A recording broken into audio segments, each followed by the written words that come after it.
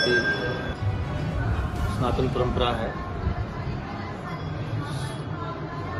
और इसमें क्या है कि नवरात्र की शुरुआत हमारा नव वर्ष भी सनातन परंपरा का जो हमारा है हिंदू परंपरा का जो नव वर्ष है वो कल से शुरू है। यानी ब्रह्मा जी ने इसी दिन सृष्टि की उत्पत्ति की और सृष्टि का प्रथम बीज जो है वो जो है, तो ज्वारे बो करके हम शक्ति की आराधना करके नव वर्ष की शुरुआत करते हैं। और यहाँ जहाँ आप अभी हैं तो यह भगवती जगदम्बा का जो 51 शक्तिपीठ है उनमें से एक प्रयागराज की पवित्र भूमि में एक पीठ है।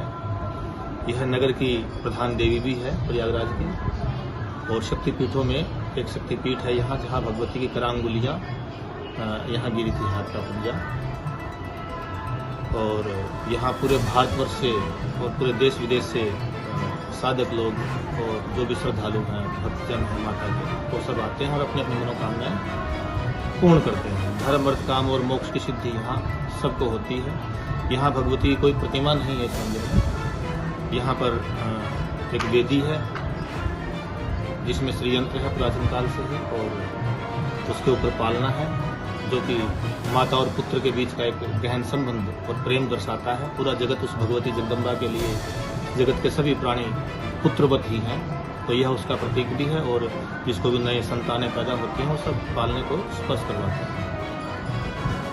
और हर वर्ष की भांति महाराज जी यहाँ पे जल छिड़कने मात्र से जिनके घरों में कई सालों से किलकारियां नहीं गूंजी हैं, साथ ही साथ संतान की बहुत समस्या रही है, वो माता रानी उनकी मनोकामना यह भगवती का श्री विद्या का पीठ है। भगवती के कुछ पीठ ऐसे हैं जो महाकाली से संबंधित हैं, कुछ ऐसे हैं जो माता शारदा से संबंधित, और कुछ ऐसे हैं जो श्री से संबंधित है। तो यह श्री पीठ है भगवती का। श्री पीठों में से एक पीठ है ये भगवती का। 18 शक्तिपीठ है तो प्रधान पीठ, उनमें भी भगवती का नाम आता है। दक्षिण भारत के लोग इसको अष्टादश माधेश्वरी में ही मानते हैं। माधवेश्वरी भी इनका एक नाम है भगवती का, लेकिन यहाँ इनको माता आलोक शंकरी के नाम से ही लोग जानते हैं। और यहाँ पर भगवती का मैंने कहा ना कि ये दाहिने हाथ का पंजा जो है वो यहीं हाथ हुआ था। और भगवती यहाँ सदा ही विराजमान है। अलोप का मतलब है जिसका कभी लोप नहीं होता, जिसकी ऊर्जा का वह ऊर्जा यहाँ निरंतर रहती है। और जो भी अपने पुत्र आदि की कामनाएं करते हैं उनकी यह कामना यहाँ भगवती पूर्ण करती है। और जिनकी शादियाँ नहीं होती हैं वो भी यहाँ जोड़े के रूप में आते हैं। बाद में शादी करने के बाद सब यहाँ आते हैं, माता का मन्नत पूरी होने के बाद सभी नमस्कार करते हैं। बच्चों के मुंडन संस्कार आदि भी यहाँ लोग कराते हैं।